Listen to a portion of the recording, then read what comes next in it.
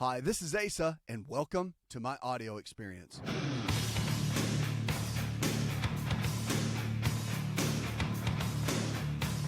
It's a new prescription for a new you, America. Let's kick it off and go with Barbara. Hi, Barbara. Welcome to the show.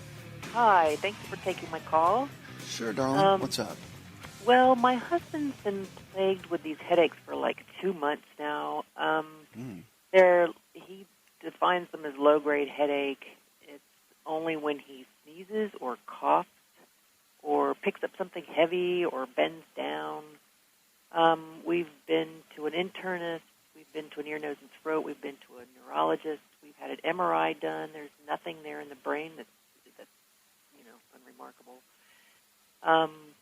And they've given us some medication called indomethacin to take, I guess, an anti-inflammatory.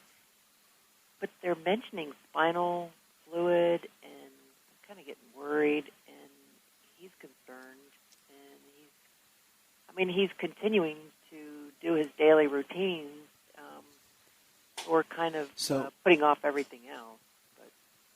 So he's had his workup done, and just no one, all the doctors that you've been to, no one can really figure it out, right? Right.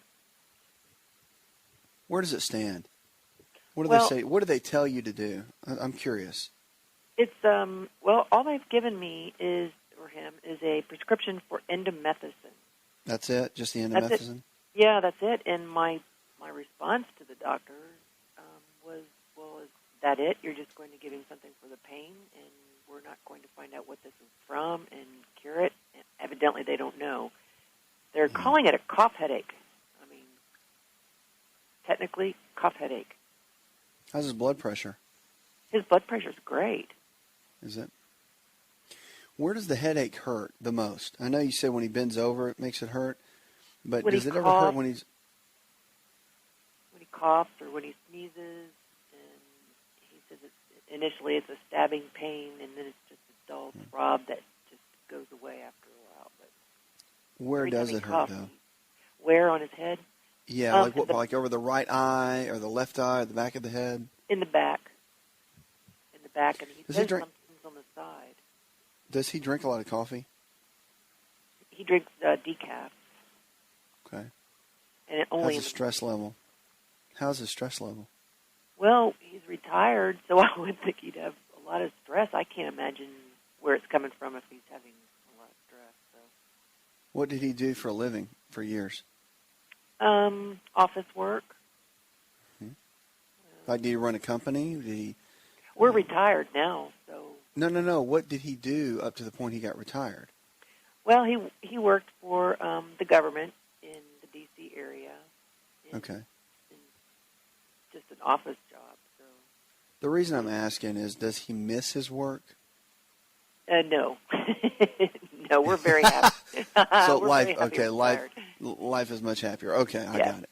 And sometimes men, when they retire, it can almost become more stressful, and you can see weird things can happen in the body. Headaches, arthritis. You start getting all kinds of weird symptoms when men. That's why I'm going down that rabbit trail. Is I'm trying to figure out exactly if that might be the case. We're retired. We have a vegetable farm, and that's amazing.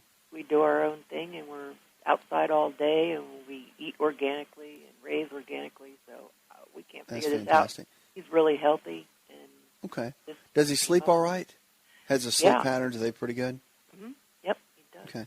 And it only hurts when he coughs, sneezes, strains, or otherwise, right? Not just when he's hanging out normally? Right. Okay. Does he exercise? Yes. Fantastic. We get a lot of cardio or weightlifting? Both, actually. We go to the gym, so he's lifting weights, and of course we have a lot of work around here. So outdoors. Well, now that's straining. Does it give him a headache when he works out with weights?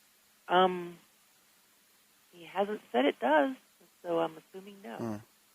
It's usually when he bends over and picks something up, which I thought initially it's your sinuses, but nothing showed up. No, I'll tell you what. It sounds to me to be more of a structural-based headache because of this. Because if the straining that would come from, say, doing bicep curls or bench press or shoulder press machine or whatever it might be, there's still some straining involved there. And if that's not giving him a headache and the increase of blood flow from the working out and the exercising is not affecting him, that's a really good sign. So, see, those are more clues that are very, very helpful. Here's my thoughts. If it was me, this is what I would do. If he's having those kind of headaches and you've done the complete workup and the medical doctors, the physicians have given him the endomethacin and they're scratching their heads and they're just saying, well, let's see how this works. What that means is when a doctor gives you medicine and says, let's see how this works, it usually means, I'm not real sure what it is. This is my best guess, so let's just keep an eye on it. And that's not knocking it. I mean, that's just they've kind of come to the end of their rope and they're doing the best they can, and that's a good thing because they're doing everything they can to help him. They're not being bad doctors. They're doing what they can to help. So here's the thought. Remember, there's 3 sides to the health triangle, and the body's affected by every one of these sides. All 3 sides are important, and one side affects the other. So you got the mental side, brain chemistry, neurotransmitters, subconscious mind. You got the chemical side, and that's how your body chemistry functions, how the heart, liver, lungs, kidneys, liver, pancreas, thyroid, how all that stuff works. And then you've got the structural side, the bones, the muscles, and the nerves. Now, the nerves control everything in the body. The interesting thing about that is that the nerves go in through the spinal cord, out of the spinal cord rather, through the vertebral bones, and then out into the different organ systems and various tissues within the body. Well, the ones that go up in through the cervical region, the neck, kind of the base of the neck, the occipital area, all of that part of the region of the body would be good to have someone look at that, and potentially they can do certain tests on it, and there might be even some manipulations that they would want to do in their own style that would be beneficial. And it's definitely something to look into without a shadow of a doubt. I think if you don't, he would be doing himself a disservice in not looking down that route and letting them evaluate and even doing some of their treatments along the way. Because when headaches like that are unexplained, a lot of times they can be chemical, they can be genetic. There's a lot of different factors. That can be environmental toxins that could be causing some of that. But the structural part we see often with headaches, and it's one of the least areas to be addressed. It's kind of whenever nothing else works, let's go that way. And believe it or not, the structural part of the body plays such a key role and is so important. It's vital for someone to look at it in that regard. So all the horror stories you hear about with people getting hurt and injured, you have a better chance of being struck by lightning than that happening. So don't let that worry you. It's actually care that is very good and that he could really benefit from, I think. So take a peek at that. Get with a DO, Doctor of Osteopathic Medicine, and keep me posted. You can always call me back on 888-283-7272. That's 888-283-7272. You're listening to the best in healthy talk radio.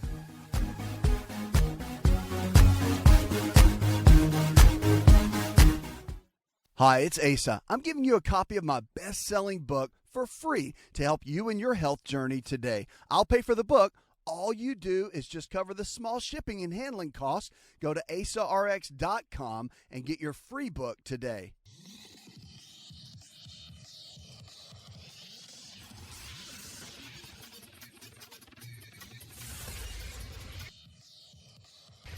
To find out more, connect with On Call Radio online at InShapeNetwork.com.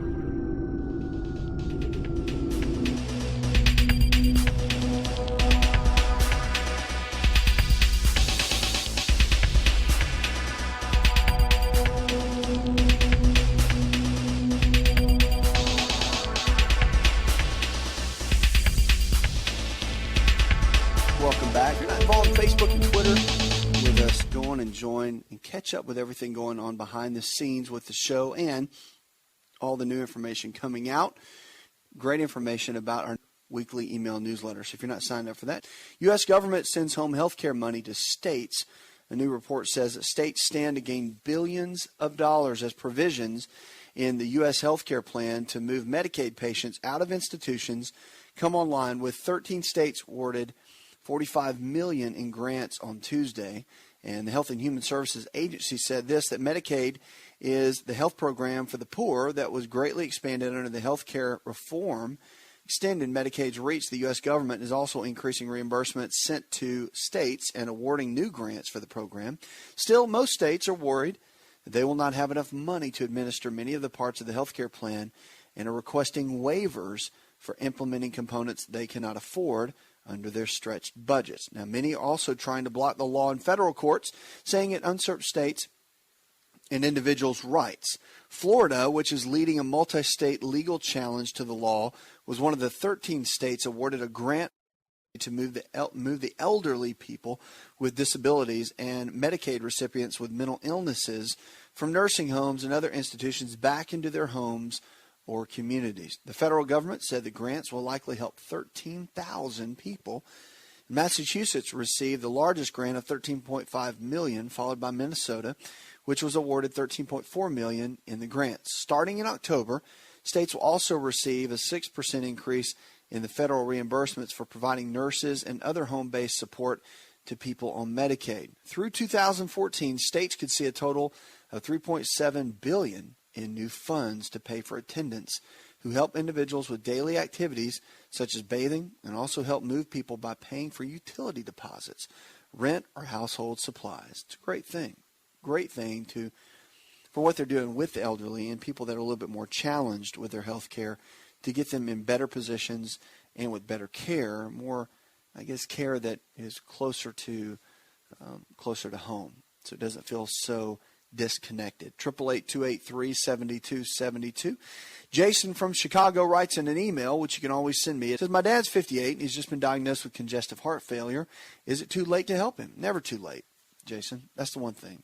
Realize that. It's never too late to help someone. It's never too late for someone to get well. It's never too late for there to be a turnaround in someone's health. There can always be a change. But the key is making the right kind of choices every single day. Now, are there genetics that play a role? Yes. Is there some damage that probably has been done with congestive heart failure that's irreversible? Yes. But it's never too late. Never too late to help someone. Never too late to walk with a health challenge with someone. It's never too late. So my biggest encouragement for you is get him started on the basics. Make sure his diet is sound. Make sure the foods he's putting in his body very good. Make sure he can handle even the smallest amount of exercise, which his doctor probably doesn't want him to do too much, but at least make sure he's doing something. Drinking plenty of water, half his body weight in ounces of water every single day. So many things he can be doing to make sure that he has the optimal health that he can have. 888-283-7272. Let's go to Josh. Hey, Josh. Hey, doctor. Good to talk with you, man. I got a question. I got a friend who she's always got really purple feet, and this just started recently. She's always had cold feet, and she just started having purple feet. Okay. And she's always got really clammy hands, kind of like sweaty hands. But I was just wondering if there could be. I've always thought about circulation. I've Googled everything I could find, but I'm just not finding enough information for me to even want to take in, as far as just from the kind of information that I'm getting from the internet. So I was just wondering if there was if you had an idea, or we could pinpoint of something, what that could be. What's her age? She's about 17. She's Mexican, and she lives in Tucson, Arizona. So it's really dry, hot. I don't know if that has anything to do with it. But No, I know what you're saying though. No, not really. I mean, purple. Her feet turn purple. Is that something new that started, or it's been there for a while? It started about, I guess, a week ago, and they've always been really cold. And doctors have always said she's had some kind of weird problem, and they've never been able to pinpoint what it was. But this is new, so I didn't know if there was, if you know anybody or have ever dealt with anybody that had that problem. Well, it just depends. I mean, does it hurt? Does it ache when it turns purple like that? Doesn't hurt. No pain at all whatsoever. Mm-mm. Has she gone to the doctor since it started turning purple? Not yet. I think she went today, but I haven't talked to her. But you haven't talked to her. Okay. Yeah, I mean, the old adage is, I mean, with extremities like that, especially more in the hands, there can be just an extreme kind of achiness and cold feeling in the hands. and it's typically Raynaud's, and there can be a lot of different things associated with that. But it's rarely seen in the feet. So for the feet to start turning colors, it could, obviously vascular, but if the doctors have looked at it and you don't know what they have said yet, I'd be curious to see, because again, there's one thing to say, well, they're purple and they're cold, but they don't hurt and there's no achiness or no pain to it. You just need to be able to see that. And that's where going to the doctor's office and all that is really good. But when you have circulation issues like that, she could be deficient in some things. If it came on out of nowhere, granted, she may have always had cold extremities, but it could be several things. It could be everything from red blood cells being anemic. It could be, my goodness, there's so many things that it could be. With that, rutin is really good for vessel health, and if you've got anything weird going on, it's a supplement you get at a health food store, but it's rutin, R-U-T-I-N, can be very good. And, again, with vascular-related issues, simple things. It's the simple things, like CoQ10, all those kind of supplements are very good for vascular health, can help the extremities tremendously, especially if they're always cold. And the discoloration is where the doctor's opinion is going to come in. And I'd be curious to know. If you want to email me, you can shoot it to me. Thanks for the call. Did you know that you can listen to the Asa Rx audio experience on Spotify and Pandora? For all the ways to watch and listen, check out our show page at asarx.com/experience.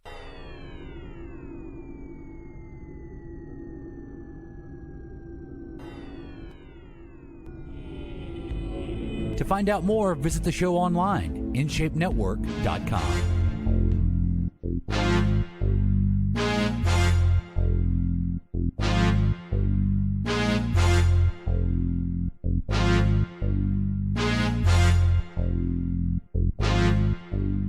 Your health really is your greatest wealth. Do you view it that way? Have you been given a diagnosis and you think, well, I guess I'm just stuck with this. It's what my grandma had, it's what grandpa had, and now this is what I have, and so I might as well just take it, suck it up, and deal with it. It's not true. Your health is your greatest wealth. So realize this, the body is pretty amazing. As we say in the South, pretty darn amazing.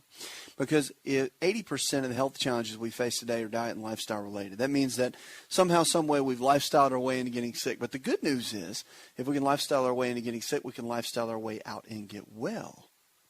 But you have to be willing to change. And only you can take responsibility for your health. No one else can. No one else can. No one else can take responsibility for your health for you but you. And people, that's what they always want to do. Everyone wants to take a pill, and they hope the pill is going to correct everything with their health. And it won't. It never will. And you have to be willing to make the changes every single day on your own. And you have some support. You can have friends support and family support, but no one else can take responsibility for your health but you. And that's what we're here for, to help you go from where you are to where you need to be in your health. We're going to kick it off now with Linda. Hi, Linda. Welcome to the show, darling. Hello. How are you? I'm living well. I have a question for you. Okay. I had a complete 5 years ago, and I never was put on any type of hormone therapy, and they've tried me on bioidentical hormones, and they didn't help me. They tried me on estradiol, and it didn't help me. I reckon I'm just, like you say, stuck, and I don't know what to do. I go to the doctor. My blood pressure's out of control. I don't have any type of, I don't know how to say this, my body's just not the same. And I can't do anything about it. And I don't know how to live with it. I don't know what to do. I've tried everything, and I can't get over it. I don't know how to deal with it. I got it. Is it mostly your energy levels that you're concerned with? I don't have any energy. I don't sleep. Okay. I have the mood swings. It looks like if it was hormonal from not having any hormones, they would put me on it when they operated on me. They even took out my appendix, and I'm just tired all the time. My back kills me. Okay. I get it. Now, have you gone to your doctors, and have they done anything have they just told you this is it, this is the best it's going to get, or have they offered any suggestions or options for you? They will first they put me on clonazepam, and I slept 2 days on one tablet. They didn't tell me I could break the tablet in two, because some tablets you can't crush or break or chew or anything like that. They put me, I brought myself off of it, and then they put me on Prozac, and I woke up one morning after I had took the largest dose that they had put me on, and I didn't even know who anybody else was, not alone myself. I said, I cannot take this, and it's not mixing with my blood pressure medicine. Sure. Well, after that, they had tried me on the estradiol patch. They tried me on Vivell, and they tried me on another type of pill, and it didn't help me. And I think finally he just got disgusted with me. And now, that's it. Since I've been without hormones all this time, my back, the center of my back up at the top, where the zero line goes, it hurts me constantly.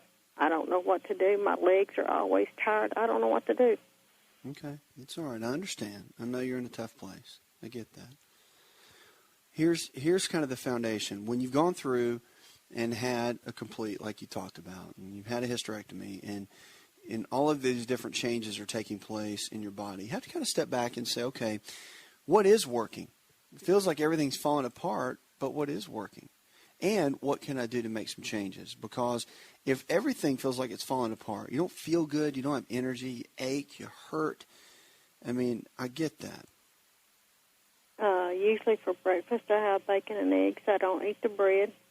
Okay. If I have a snack, I'll have a piece of fruit or something like that. And for dinner I'll have a piece of, if I fry my meat, I fry it in canola oil without any flour or anything.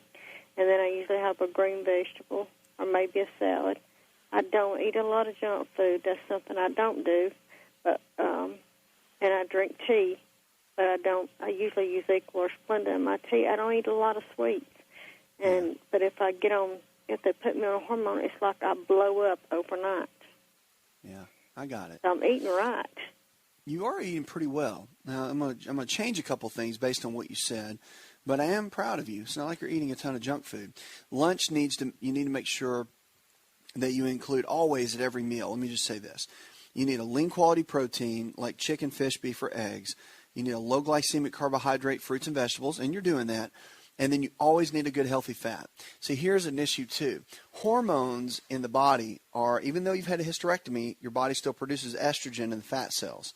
So the body is pretty amazing, and it's quite resilient. So even though you remove parts from the body, it will compensate and can work very well in other areas. So something to consider for yourself is to make sure you go in and you balance everything out within your diet, first of all. Lean proteins, low glycemic carbohydrates, fruits and vegetables, and the good healthy fats. Your fats are going to be really, really important because the fats don't make you fat. Remember that. That's a key component. Fats don't make you fat, but they actually are going to make a big difference in your overall health with your hormones and the way you feel, aches and pains. They lower inflammation. And almonds, walnuts, cashews, avocados, fish oils, very important to be taking cod liver oil every day, at least a tablespoon. Don't do the gel caps, at least a tablespoon of the oil every single day. And matter of fact, the Foundational 4 supplements would be the top priority in my eyes. And I'm just a big fan, and that's why I talk a lot about it in my book. And here on the show, I'm just a big believer. These are the 4 things that we don't get in our food supply that we need. And that's a good whole food multivitamin, digestive enzymes to break our food down, cod liver oil for your omega-3 fats, vitamin A and vitamin D, and probiotics. Probiotics put the good bacteria back in our digestive tract.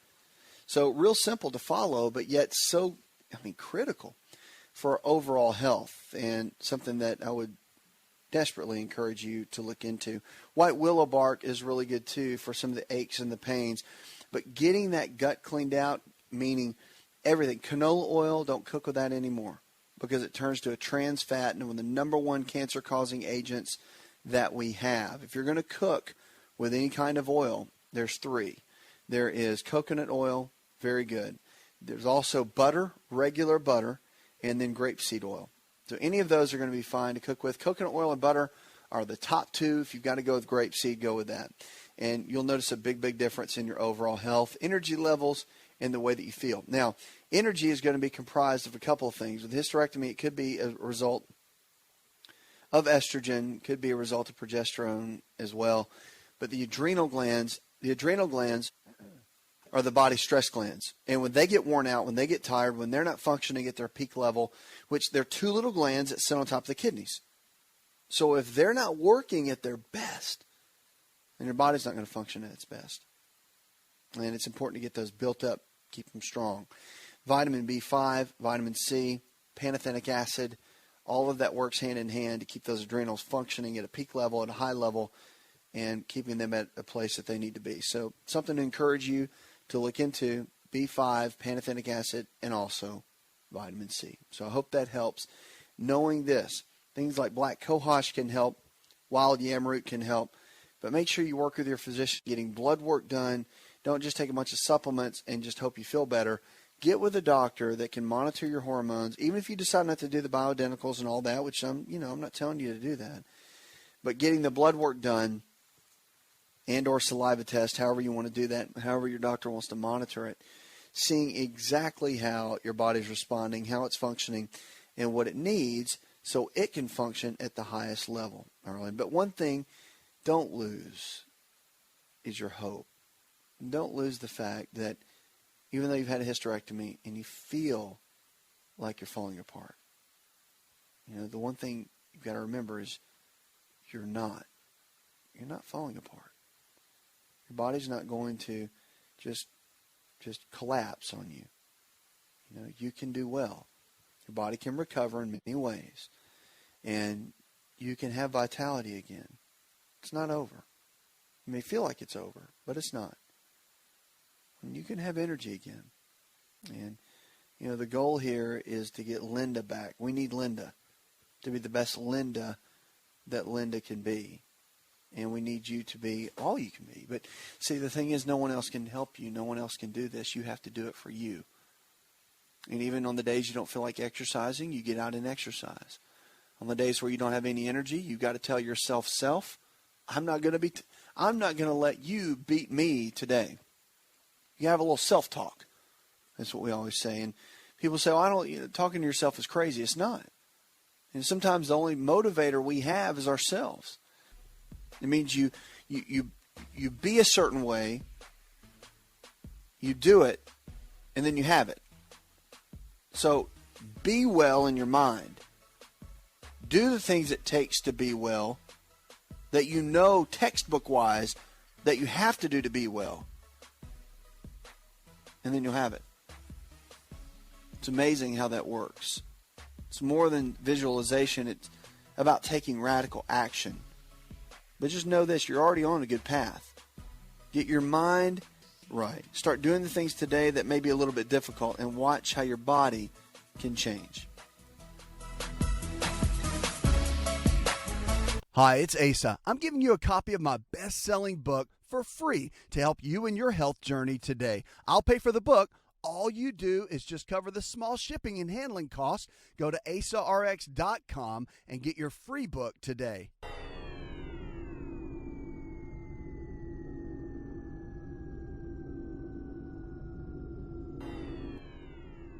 Connect with On Call Radio and watch On Call TV at InShapeNetwork.com.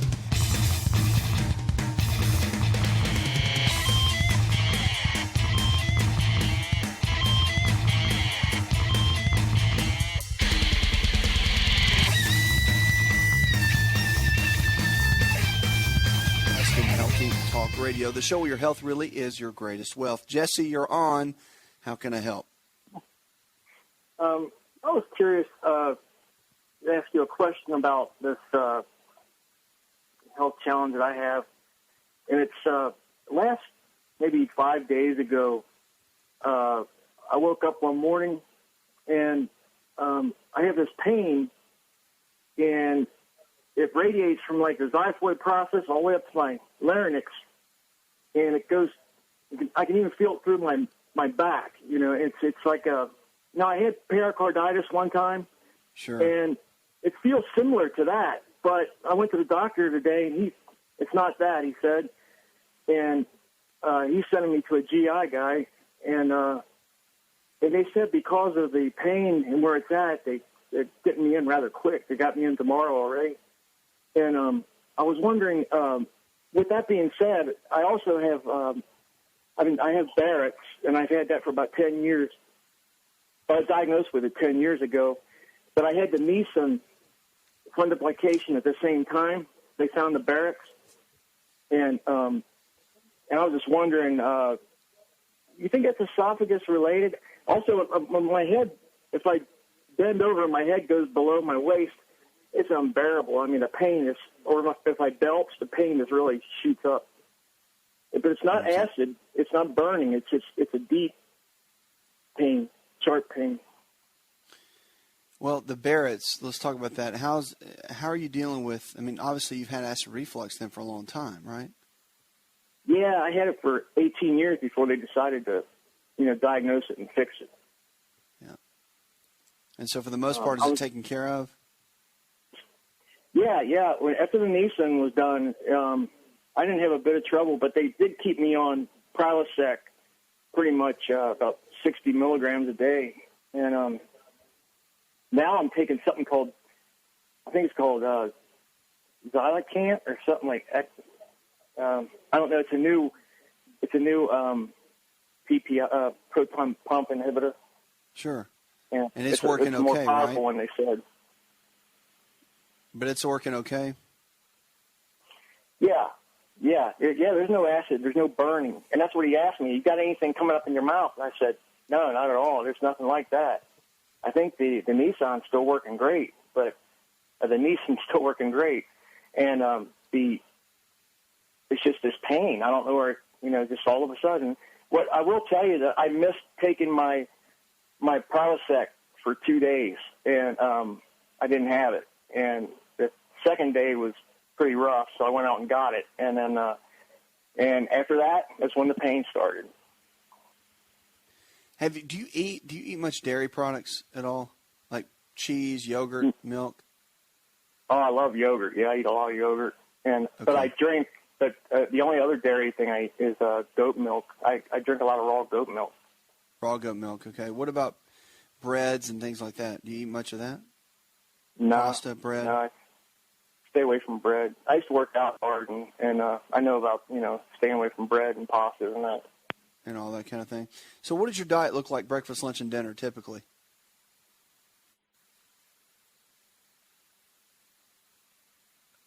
Jesse, breakfast, lunch, and dinner. I think we must have lost. Yeah, we lost Jesse. That's okay. All right, well, here's the deal, Jesse. The bottom line is if you're not really eating gluten, which, gluten's the protein found in the breads, pasta, all the flour-based foods, bread, pasta, cereal, crackers, all of that.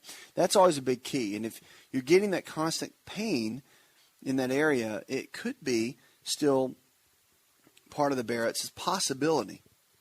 That's still some residual from that. But the other thing that you can consider in that area, if you've got the constant burning, is that possibly you don't have enough hydrochloric acid in the stomach. Betaine hydrochloride you can take as a supplement form, or you can use apple cider vinegar. That works very, very well. And you can also consider aloe vera juice and glutamine. Both of those can be very, very beneficial to when you're dealing with that sort of pain. Now, if you're having more of it, if it feels more structural, meaning you're seeing from the xiphoid right there, and it is more of a kind of an achy pain through that area, which I would ask you next, I would consider going to somebody that works on the structural part of the body, bones, muscles, nerves, which would be an osteopathic physician, even someone like a physical therapist or a chiropractic physician. They all could look in that area and kind of rule things out a little bit, because if you've had Barrett's, which is a serious condition, I mean, Barrett's can turn into cancer, no doubt about it. But when you've had Barrett's and it's gone to that level, then getting those kind of pains within there can be a little bit of a challenge, but it's something that you just gotta keep an eye on. Keep me posted on how that goes. 888-283-7272. CNN reported about how cell phone exposure increases brain cell activity. The radiation emitted after just 50 minutes on a mobile phone increases the activity in the brain cells, according to a new government-funded study. The effects of that brain activity are not known, said the researchers who called for more study. Phones that were turned off did not create the same brain activity, and the small study published in the Journal of American Medical Association was the first to look specifically at how electromagnetic radiation from cell phones affects glucose metabolism, a normal function in the brain. The brain activity means that cells are using glucose to create energy, and the brain normally produces the amount of glucose it needs to function properly, but these new findings don't tell us whether activating the cells artificially, in this case by cell phone radiation, will have a negative effect on our health.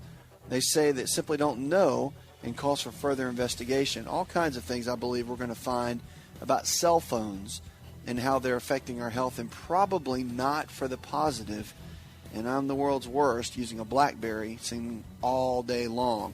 Puts another hour in the charts. I'd like to thank our producer, Jay Patrick. Go tell one person something you learned on this show, and together we can change the health of our friends, our families, and our communities. You're listening to the best in healthy talk radio.